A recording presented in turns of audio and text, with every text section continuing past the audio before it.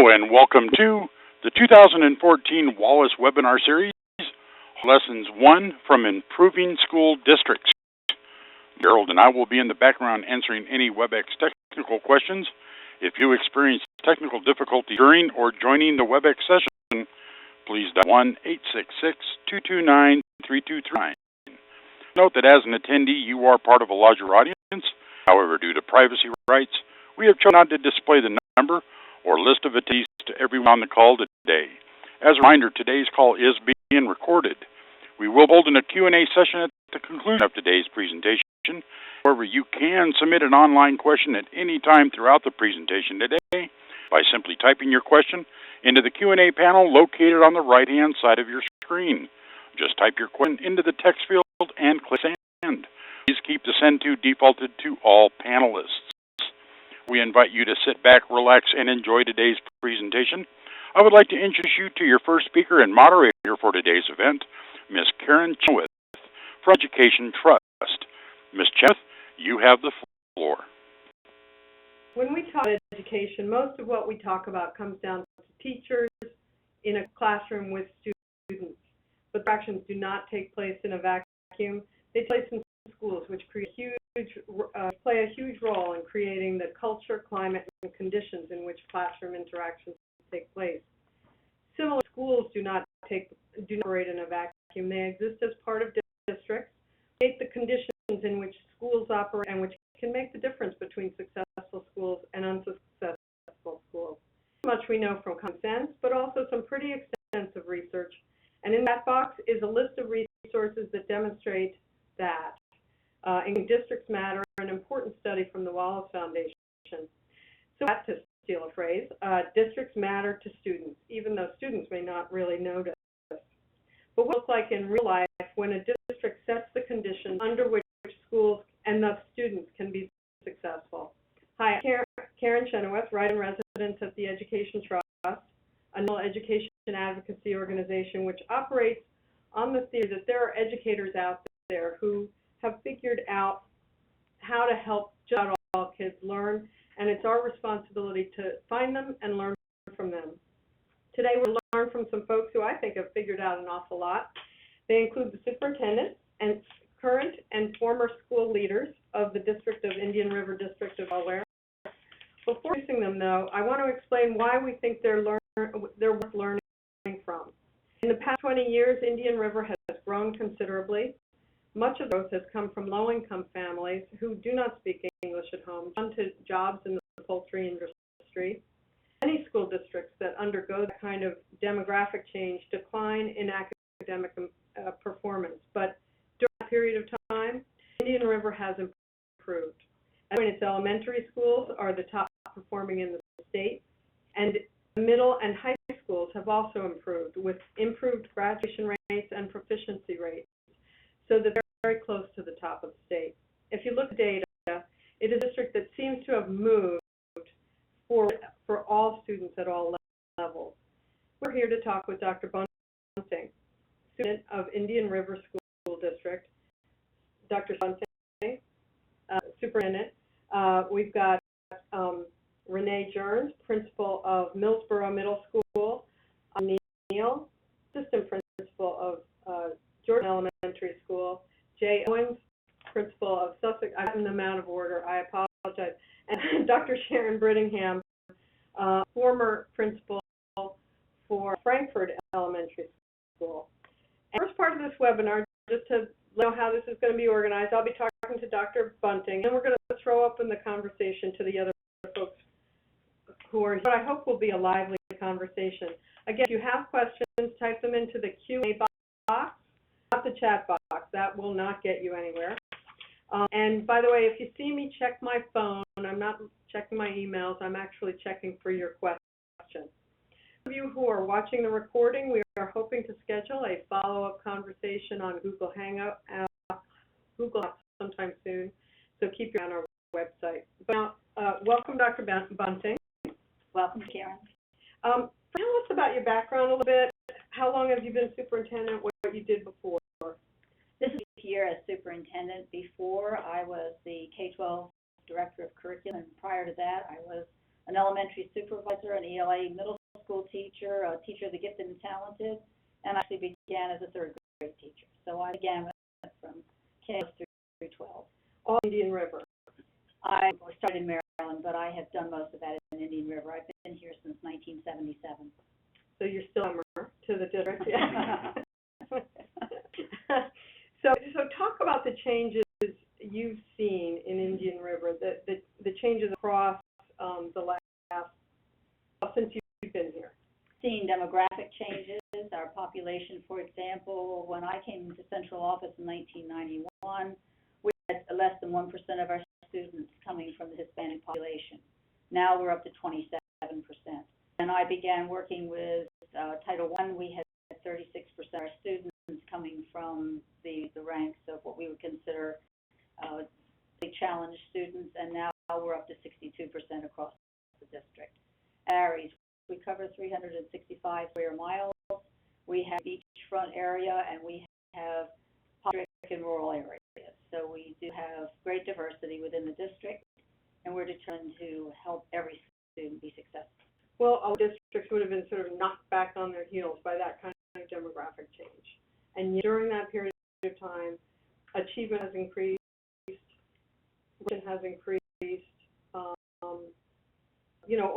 all measures that we kind of look for. Discipline has gone down, discipline issues.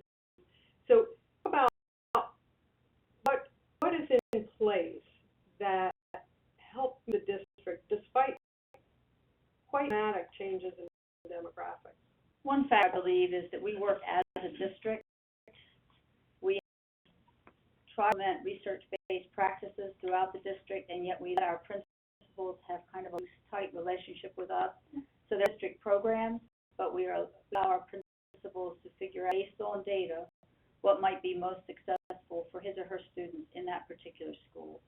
Another thing we've done across the district, I believe, that's made a tremendous difference is to develop our principals. We have a leadership institute. We've had it for the last 11 years. And as teachers are getting professional development opportunities in various places, our principals are learning and implementing what it is that we're learning as our own professional learning community. That's a tremendous difference. So districts have a kind of a teacher theory, right? I mean, the teachers, we know from a lot of research, the teacher is the most important in-school factor for student achievement. You have theory, but you also have a principal theory, right? Correct. So about why you have that. I believe that teachers can have all the training and know what should happen, but it's the building leader. And I insist that the principals here be instructional leaders. I actually say I want them to be learning leaders. That's what we expect. That's what we train them to be, and we actually monitor that they are being the learning leaders that they're building. So talk about the system of monitoring, because that seems really important. We carefully use our Delaware performance appraisal system for our administrators, and that to help all of us grow. And philosophically, we believe we all can grow and do a better job. I actually monitor those write-ups that principals do on teachers, and I closely follow the process so that I'm monitoring what happens as the principals do their performance and have that appraised. So it's a grand system. We start at the beginning of the year by setting district goals, and we develop a balanced scorecard for the district. And in August, I meet with every principal, and he develops or she develops a scorecard based on the district goals, makes it pertinent to his or her school. As the teachers return, they have discussions about that. They modify perhaps slightly what's on the scorecard, and we're talking about measurable objectives to reach the goals. And then we're all held accountable as this it's a tree kind of system that spreads throughout, so that we're all working toward the same basic district goals with the adaptations that would occur at each school level to right for that particular set of students. So one of the conversations in the field of education is, not everything that's important can be measured, right? A lot of intangibles about students, about human beings that we can't measure. But your measurements So, but I have a feeling that there's something a little more about that. We do pay a great deal of attention to data, but also do a lot of learning ourselves about such things as grit and resilience. We're looking for successful students who have other qualities as well. And you're correct, they all can't be measured. But we have a philosophy, there are no exceptions and no excuses. And we try to provide the supports to enable all students to succeed. So, one thing that I noticed when I was here in the winter was that everybody talked about all students should be progressing at all times. And this is what is being monitored, this progression. And what you're talking about is a kind of a system of kids are progressing, you're monitoring, teachers progressing, principals progressing, everybody's progressing at all times. That's theory anyway, right? Human beings being what they are. Now you have 15 schools. Is this, to some that's a big district, to some districts that's a small district. Is this something that could be scaled up that you think, like if you were one of the big, 100 school districts, 200 school districts, is this system something that you could not monitor every single teacher, right? But I think it could be scaled up, and I believe that you would have to have assistants, for example, as a superintendent, and each of those assistants might have a certain set of schools. They would do the same thing that I'm doing for, we actually have 16 this year. Oh, that's all right. We opened for the first time ever, we have a full-day kindergarten district. And that's a separate school? It will be its own entity. It's Wow. actually in a complex with another school at this point. In fact, it's in Mr. Neal's school, but we consider it a 16th entity. Next year, it will be recognized by the state as a separate school. Wow. Well, I just have to say, I popped into one of your kindergartens today, and what was stunning was beautifully written essays by kindergartners. Not 2 weeks ago, I was in a kindergarten, and it was a full kindergarten. I asked the teacher, how many letters do you expect the kids to know? And she said 11. This was at the beginning of April. Yeah. Whereas in your kindergarten, the full paragraphs, beautifully written, essays about dinosaurs. Anyway, that's an aside. Here, that's an aside. Many of those students came to us in September speaking no English. So it is amazing that they can write the paragraphs. And I have to tell you also, they were so enthusiastic. When I said, do you like to write? Yes. And I said, what do you like to write about? Dinosaurs, spring vacation, the subject just kind of, and one little girl said, subtractions. So sure you win, that warms your heart. So I want to turn to Sam, former principal of Frankfurt Elementary. Those of you who have been on our webinars before might recognize Sharon. This is actually, I think, her third webinar for us. Last year, if you go on last year's webinar, she was part of that. And she has been coaching principals around the state. And so that has given you a real statewide perspective and I've been very reflective about your experience in the state and how you now feel it helps you see Indian River in kind of, not new eyes, but sort of fresh eyes. Can you talk about when you were a principal here, what kind of support were you getting from the district? And sort of compare and contrast a little bit. I know you don't want to, not trash talking any other district, right. but kind of give a sense of the kind of support you got as a principal when you first came here, and what kinds of supports are in place now. One of the things, and Susan knows, we had a lot of 6-30 phone calls where I always knew that there was somebody that if I had a problem, whether it was Dr. Bunting, that could call about a curricular issue or an idea that I had, or to our former superintendent, Mrs. Hobbs, Lois Hobbs. There was always that support. We had a mentor assigned to us when I first came to the district. Gary was my mentor, and so if I, Gary, I'm really having a problem. I don't know what to do about this. Gary and I would kind of brainstorm ideas, or I'd say, tell me what you're doing about after school program, before school program.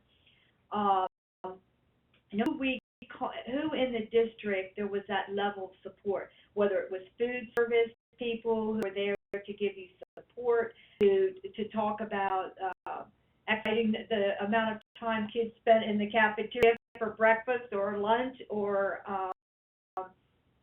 any person in the district. Transportation issues. So how do we streamline this? How do we make these things better to better service, our students? So there was always support, and we also started with Mrs. Hobbs and Dr. Bunting.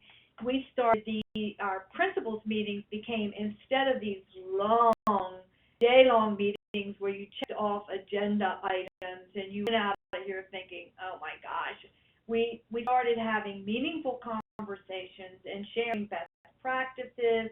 We read books, we talked about the books and what were the implications of building. We also took leadership clusters together, and where we would do something and then take it back into our building, and then we would reflect on it in the portfolio that we did. So we were a learning organization, and we were encouraged to go to conferences.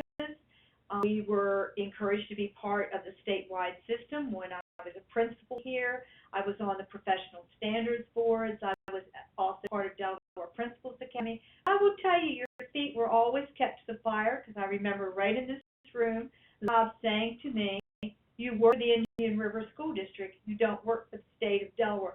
So even though I was encouraged to be a part of other things, there was always expectations that my priority is here, and that my school needed to be running orderly. As Susan said, the whole idea of loose tight. There were certain expectations, like the implementation of PLCs, the implementation of look at data, LIS. You're going to have to spell out. Learning-focused schools, that it was a format, a structure for how our lessons were designed, and the strategy. We implemented that, and we were given support on it. So it wasn't expected that every teacher was going to be implementing it immediately. We were given support, and we didn't keep going from the next best thing. We kind of really focused on that. They provided the principal support. What does it look like in the classroom? How do you observe for it? How can you help your teachers? So everything was a support in the district. And I thought, if Susan's talking about our evaluations, when we did our evaluation, my evaluation consisted of not only what Mrs. Hobbs knew about me, but food service had a piece in there with data about the number of students in my building on reduced lunch, and how I had ensured that students were qualified for it, got it. Transportation had a piece of how I was managing the buses, and how, trying to make students beyond the best for periods of time. Dr. at the time was director of curriculum. She had a piece in my evaluation. And then the assistant superintendent reviewed at that time, he looked at my evaluations of teachers and said, did you get them in on time? How many did you do? And then there was a whole data analysis. So everybody was a piece of my evaluations, and in turn, I got to add my input into their evaluation, so I would be able to say, this is the kind of support Dr. Bunting has given to me. This is the kind of support that the special ed curriculum would me support or not. And then that became part of their evaluation. So as said, we were a learning organization. Everybody was expected to grow.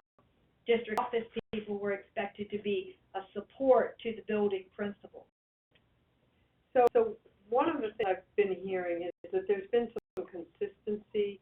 You were curriculum director under Lois Hobbs. Yes. How important is it for the superintendent I know what your answer is going to be, but how important is it for the superintendent to understand curriculum and instruction? I think that in today's world, our students are expected to be learning, and the instructional growth is we're measured by. They have to be involved in the very best instructional situations, and I can't imagine a system that doesn't focus on the curriculum and instruction of students. Therefore, I believe that the superintendent, or at least someone very close to the superintendent, has to be highly involved and always learning to perfect his or her knowledge of what can then be transferred and taught and experienced by that person with staff members. Staff members basically being administrative staff members. So I want to throw it open to the three principals. So we have Renee Jearns, Jearns, principal of Millsboro Middle, J.O. Jones, principal of Sussex Central High School. Correct. And Ivan Neal, the assistant principal of Georgetown Elementary. There's Georgetown and North Georgetown, so sorry. I'm hoping you can talk about how India has been systemized. We've been talking about that, but how do you experience it as principals? A lot of pressure. I know you put yourselves under a lot of pressure, but you're also under a lot of pressure from Dr. Bunting and from the transportation director and the special ed director and the food service director. That sounds like a lot of pressure. Talk about what it's like to be in that kind of system. Maybe we can start with middle school. I mean, middle school is tough, right? When I heard Dr. Bunting and Sharon speaking, what came immediately was not my role as a principal. I've been in education for 22 years, and 12 of them have been in this district. And I think what stands apart from Indian River is the sense that we keep at what we're doing. We don't keep making changes. Like Sharon mentioned, LFS. That has been the expectation for how we plan and deliver instruction for a long time, since I was a teacher in the classroom. And despite the changes that you see coming from the federal government when it comes to education and our state Department of Education, enough to make you go crazy. You know, changes in the evaluation system, the Common Core state standards that are coming down the pike. But Indian River does is we maintain our course, which offers that sense of sanity in the midst of all that change. So for me, very important that what we've developed here, I don't feel alone when I'm trying to handle those changes. They both mentioned the principals meetings we have, which are monthly, actually bi-monthly, when you take into account that we have the combined principals meetings, but we also as elementary principals and secondary principals. So twice a month you get with people that share the same concerns that you have and are dealing with the same changes, and that's an avenue for us to all be on the same page. So pretend she's not here. I mean, so those meetings are meaningful, and they're not, she doesn't read emails to you and No. tell new ration systems. I mean, yeah, you have to talk about managerial stuff too, but she has some of her team who come in and deal with those. They're experts in those areas. But other than being out of your building and feeling like, oh my gosh, what's happening back there when I'm sitting here? No, it's all at ease knowing that we're all dealing with the same things and we're all on the same page. Look for a platform for us to be able to question one another and collaborate with one another, and to have the district leaders in front of you in one room where questions can answer then, and we can all hear a consistent answer from leaders and discuss during time. That's a nice comforting thing to have as a principal, to know, okay, I'm going to have this answer before I leave today, and I'll be able to then take that back and implement in my building. And to piggyback off of what Renee had said earlier with the consistency, when you know what you're going to get going into a school year, going into a week, going into a quarter, you can focus time, your energies on those things. You don't have to focus on the question marks that surround a lot of what it is we do in education. We are answered, and we can then focus on the hand and instructing students and getting results. So that's a very comforting thing as a principal. I would add, I think the number of people that are provided through our district office is the strength. It's one of the things that's helped me personally, and I think collectively has helped the leaders in our district. I don't see the various individuals that you mentioned, the supervisors, the various supervisors. I don't see them as I see them as resources. When we question, all we have to do is pick up the phone. There's no excuse for us not knowing how to handle a situation, because if we don't know directly what to do, we simply have to make a phone call or two, and we have the answer. So we have many resources made available to us through the district office, and again, we have among each other. It's just a very positive thing. One of the things I'm hoping you can talk about is sort of this principal development system. One thing, assistant principal is you are a principal trajectory. And you both were on principal trajectories before you were principal. Is correct. Talk about how that works. Like what you said, you're training principals to be a certain kind of principal. What does that look like? Maybe you could start with that. Karin, Absolutely. Before they get to be on the trajectory, we actually have an administrative development program so that we, for teacher leaders, and begin to develop them through our ADP program so that we can take a really close look at what they have as potential. We there are introducing them to a lot of the facts about the district, the personnel, the philosophies, and actually dig into Lincoln leadership, for example, and talk about leadership. And then once they become principals, we have various support programs. But I will speak very clearly about Renee. When she came through the ADP program, one day I pulled you into my office and said, I need you at central office. I see everything that I need for an excellent supervisor of secondary instruction. So what did you see in her? When you say, I see everything, what was in your head? I saw the leadership qualities. I saw integrity. I saw a knowledge of curriculum. He would be a great leader in our discussions and in our groups. Assigned was done and was done well and was done on time. I saw a lot of things there that I look for in principals. I knew this was a great one. Actually, I've been here longer than that, but we fought and we bring our early people through the program. So you're looking to develop. You're not.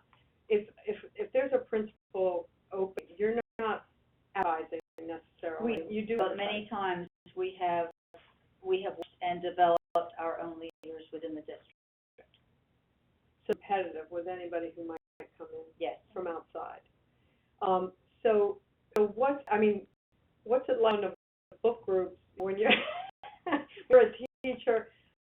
One of the things about teaching is it's so all-consuming, right? I mean, you've got your 25 kids or your 150 kids, whether you're, and so much demand right there. It's hard to think past that level, right? So this is an attempt to you're talking about kind of get teachers to think level above. What's like, is it overwhelming? Is it the above? I think it's how you, for one, it has to do with how you master schedule your school. And it starts with the PLCs that have been developed. And teachers, they are teachers, and the students in the classroom come first. But there's that planning time they have that's very valuable. And what we've done in the district is teachers and help them develop into learners as well, so that when I leave my classroom and I go into that PLC, which is the professional learning community, with my peers, and we use this as an opportunity to develop ourselves and showcase ourselves.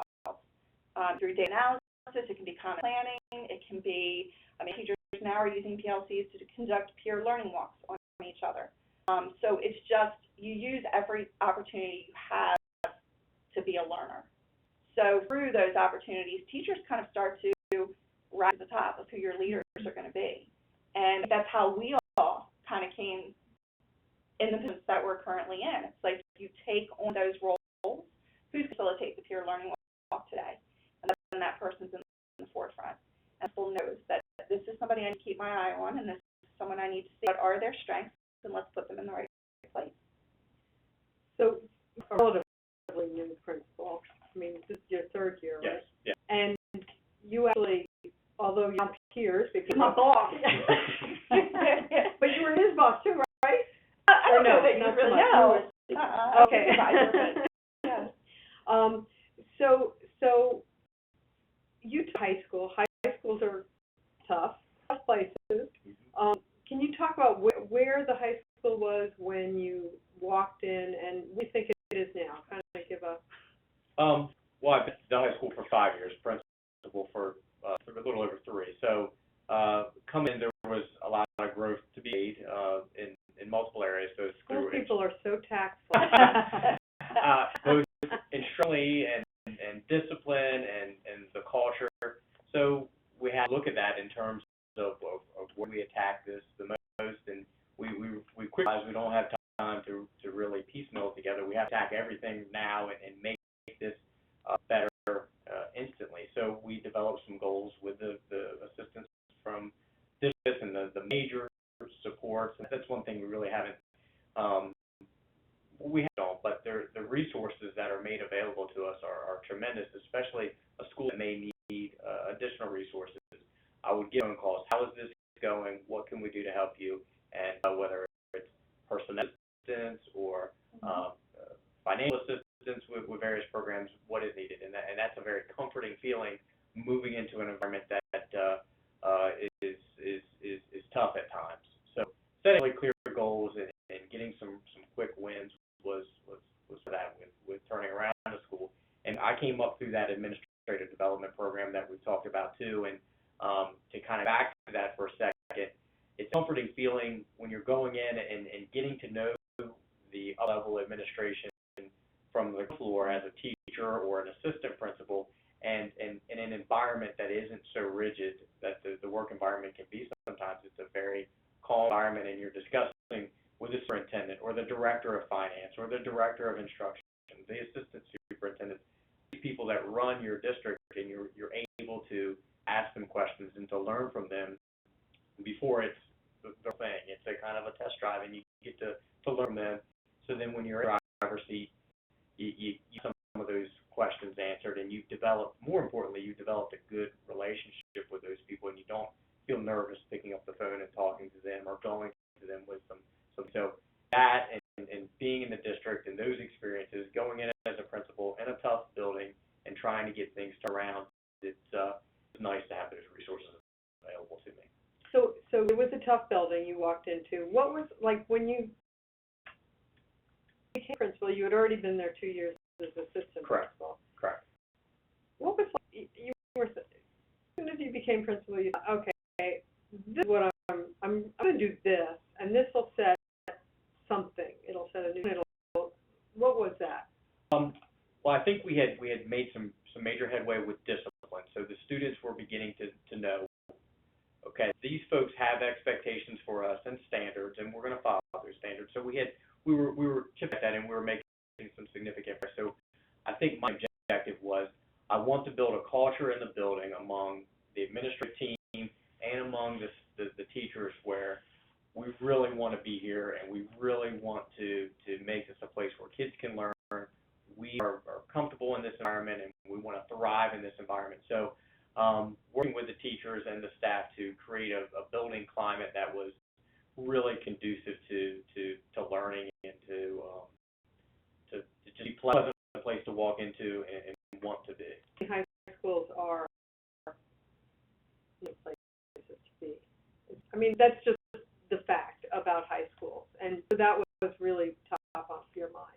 I think it's important to build, an initial step was building a master schedule and time for teacher collaboration, in order for them to comfortable with one another and feel comfortable that I had the opportunity to plan for a really fantastic lesson, because we've been given that time and we've got a schedule here, and I'm teaching an area that I feel comfortable teaching with people I feel comfortable with, and very I feel supported by the administrative team on a basis. So I'm free to make mistakes if I may make them, but I really want to be successful for my students. And I want to echo that Jay's probably being very modest, because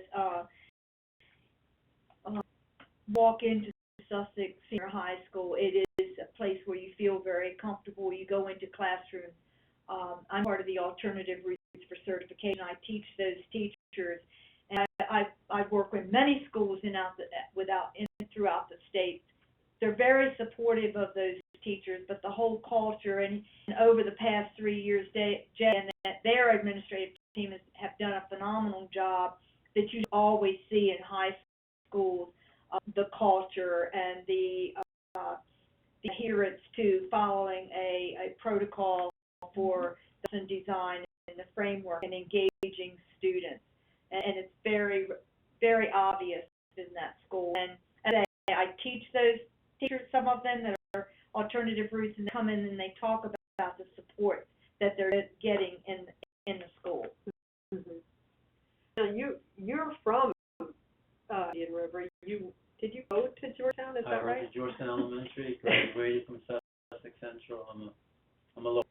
You're a local. So one of the things you and I talked about when I was down here before was kind of your commitment to this community, and that came back. You don't have to.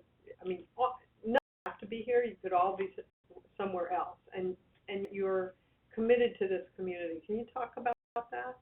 So I was one of those fortunate people who had some wonderful teachers right from the beginning. And by the time I finished fourth grade, I knew what I wanted to do, which was teach. And I knew I wanted to come back home and teach. And thankfully, I had the opportunity to be hired, by our school board. And it's been a wonderful experience. This is my 31st year in education, all in the Indian River School District. I taught for 14 years, and this is my 17th year in the mission. All along the way, I've watched this district just continue to improve and grow in so many ways instrumentally. Earlier, I wanted to address one of the questions you asked earlier. When I made the decision to move from the classroom and administration, there was a lot of fear and trepidation. But what's happening along the way is all this support, the admitted institutes, administrative professional learning communities, the ability to call Sharon Brittingham and say, what do you think about this? How do I handle that? Direct line to the superintendent's office where I can just call and not feel ashamed to ask the little, crazy that sometimes we have that we need answers to. I felt that support over the years, and it's just been a wonderful experience for me working. So some teachers don't want to go into administration because they love the kids, and they're, they know what effect they can have on 5 kids or whatever their student load is.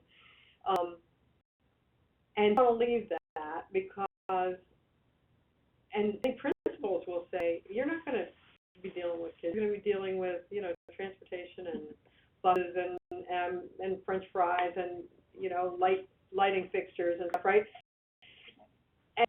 But it seems to me that what you all are talking about is you've extended your influence on children and on the experience of children. You've talked about, having that ability to affect more children. That, when you other administrators around the state, around the country, I know you go to conferences and stuff, you feel like, oh, we have something different here in Indian River, or no? Yeah. I just completed my doctorate, and I was in a cohort with 9 other people, and I can say that. So you're Dr. Journey. Those who were not from Indian River, because there were several of us. Most of the cohort was Indian River, but the ones who were not from here were just amazed. Anytime we mentioned, oh, well, we talked about that at our principals meeting, Oh, we get together. All of you? Yes, all of us. And there's no canceling. There's no, she sets a meeting, you're going to be here. And I remember, I had to shoot her a text Sunday night and say, I have to take care of something first thing Monday morning. And it's like, okay, but you will be here. And it's that expectation that we're all going to be in that room at the same time to hear the same message and have the same expectations. And I really believe other people aren't getting that. So that your system of meetings sounds important. It's not. I hate to say it, but We try to keep them to a minimum, and we did get out early. But I think part of what they're saying too is that I hope we all feel that we're a part of a team, and that team is responsible for the children in the Indian River School District. So we share, we support each other, and we're in it together.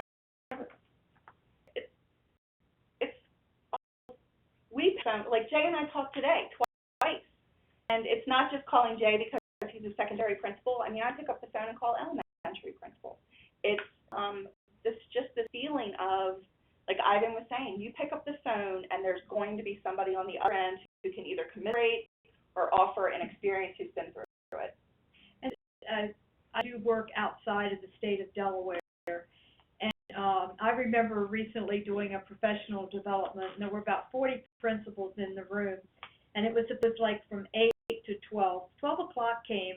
They never get to meet, so this was the first opportunity these principals had worked together in this very large district. They didn't get up and leave because they were so enjoying the conversations that they were having. It was like, how do you do that? Oh, you did that? You're having that problem? Or what do we do about this? And it was just, that was one of the comments on the evaluations. We never get a chance to talk about it. It's like, I'm my own little island here solving my problem, where here you're on an island.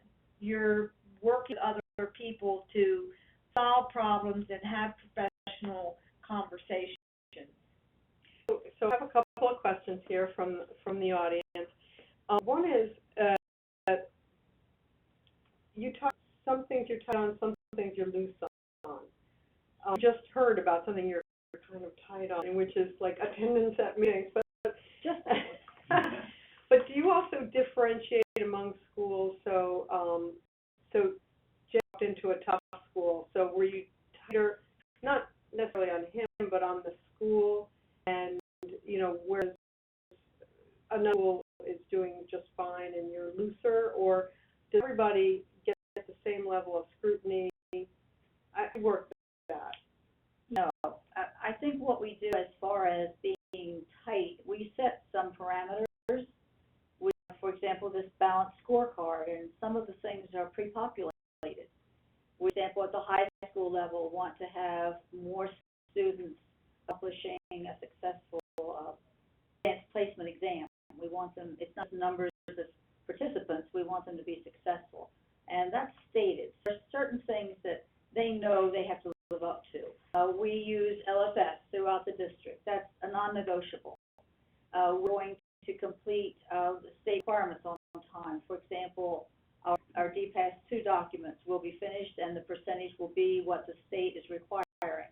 And I will be stiff about that kind of thing. But with that, I'm going to, please, she is tight on those evaluations being meaningful. Yeah. Like Evaluations you do of absolutely. teachers.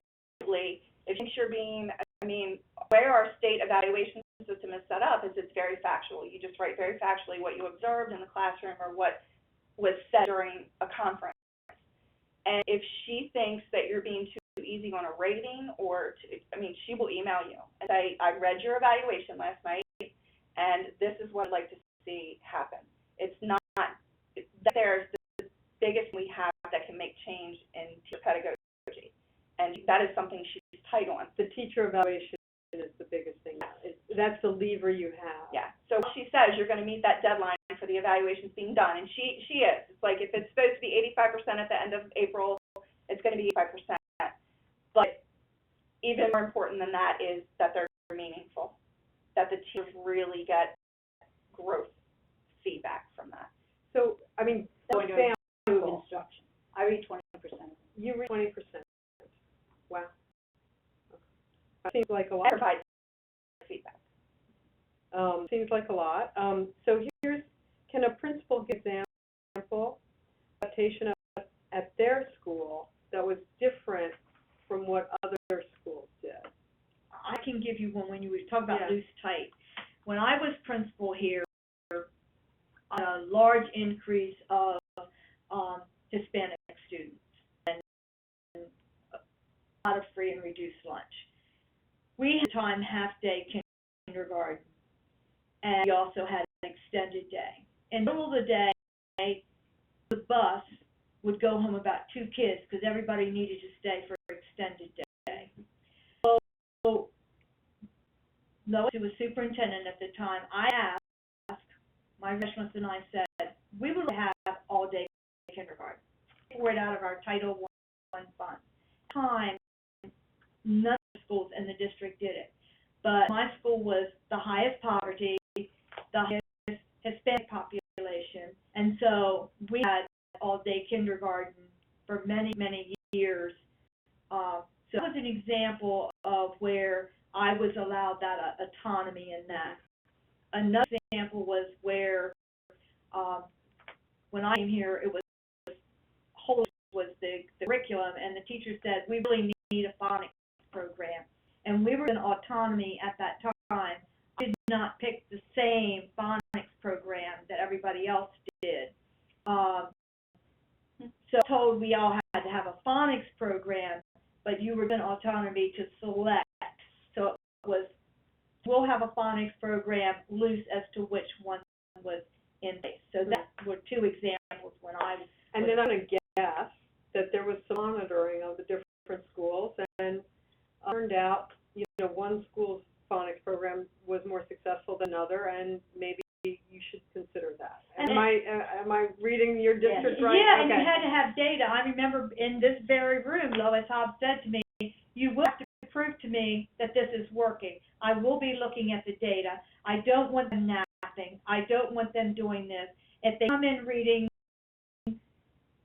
there, I want them reading on a first grade. If they're kindergarten and we're all day, I want them reading on a first grade level when they leave. I expect improvement. And we will be examining this when you come in with your data at the end of the year. So it wasn't like, because I come up with some ideas and I need somebody to pull me down and kind of say, I can't imagine. no, it was always, you can try it, but I'm going to be looking at the data. So questions here, and I think we've answered, you all have answered it, but if I'm right, one of the questions is, many of the things you talked about, PLCs, data monitoring, and so forth, these things that other people are doing. But there's something here that's helping you move forward a little bit more. What I've heard is you've established relationships, you've got a system of not just monitoring, but monitoring across the board of pretty much everything, and a system of support. Is there anything else that we're missing here? I think the best things that we do is what we do as principals with her, down even all the way down to the kids.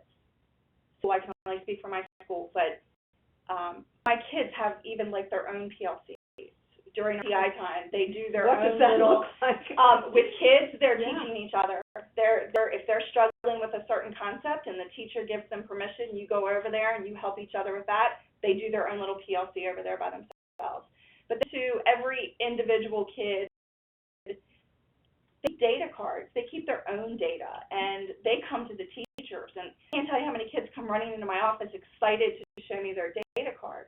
So it's like we model for them that we're constant learners, and they're always looking at data, and the teachers share that with them. Here's our data. Our teachers keep data boards where the kids are constantly writing down their own assessment scores and their own marking period grades, and that's where it becomes important. It's theirs, we're learners. We're in it together. I think another important factor is the for us as administrators to actually engage with our students and with our teachers on a daily basis. An example happening right now at my school, the other two administrators and I are personally going to the grades that are going to be testing, and round of the state test. And we're having conferences with students, talking with them about what they've done in the past, what strategies have helped them to be successful, and what kind of strategies they will need to implement or utilize to help them with their goals or personal goals as they go into this final round. We think that's important because students know that we're not just in the school to be in an office doing reports. We're actually there to engage with them in a sense, in every setting throughout the school. I think that's very important. I think it's important for teachers and parents to see engaging with our students in that way. The relationships and stuff. Do you feel it's all about the test scores? No. Okay. I wanted to get that out there. There's so many things that go on in schools. We do so many things besides teach them. There's so many supports that we provide.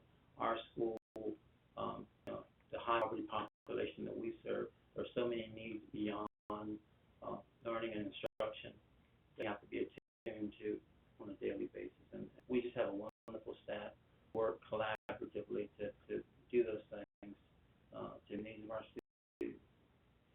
We actually have to wrap this up, but I have to ask, we've talked about supports and what's available. So you're a wealthy district, are you? You come with money? We're very careful with our money. I know that's a question out there somewhere. No. Oh, they must have a lot of money. No, we wisely invest in our students. There you go. For one of the great things about talking with educators all over the country is learning how individual each context is. India has its unique context. It's mostly rural with a nearby wealthy beach community and a very large poultry industry that together attracted a large immigrant workforce. In our last webinar, we talked with district leaders in Pass Christian, Mississippi, which has its own unique context. What's even more interesting to me is that each of these webinars has just demonstrated these districts have comparable practices that could be replicated by any district anywhere. That begins with the idea that every student should be making progress at all times, and a commitment from the educators in the schools and the district to figure out how to teach them. Among things, we haven't actually talked about this, but that's led you to embrace Common Core standards. It's coming the pike, it's being done to you, but you've also embraced it. We didn't really talk about it much. And that's going to permit Indian River students to measure themselves against other students in the state and country and the world. And I know that's in the top of your head. They've established practices and procedures that require the adults in the system to communicate with each other regularly, and we've heard about that. And these are all things that are very well documented in the research literature, such as the Wallace Foundation districts matter. But it's important to see how it plays out in an actual district with actual human beings, I think. It's our webinar with Pass Christian. You can watch the playback. The link is on the EdTrust website, www.edtrust.org. As is last year's webinar, in a few days you'll be able to watch this webinar as a playback. And we're also, and we'll be posting some high-quality video of this webinar as well. And commenting on what we've talked about in a Google Hangout, which we'll be announcing shortly, and you can check back on our website. I want to thank all of you for really sharing your time and your thoughts, and thank you to the webinar participants. Please fill out the survey that will pop up. That's how we know we're hitting the mark with these webinars. Once again, this is Karin Chenoweth from Education Trust. Thank you very much for joining us, and we'll see you.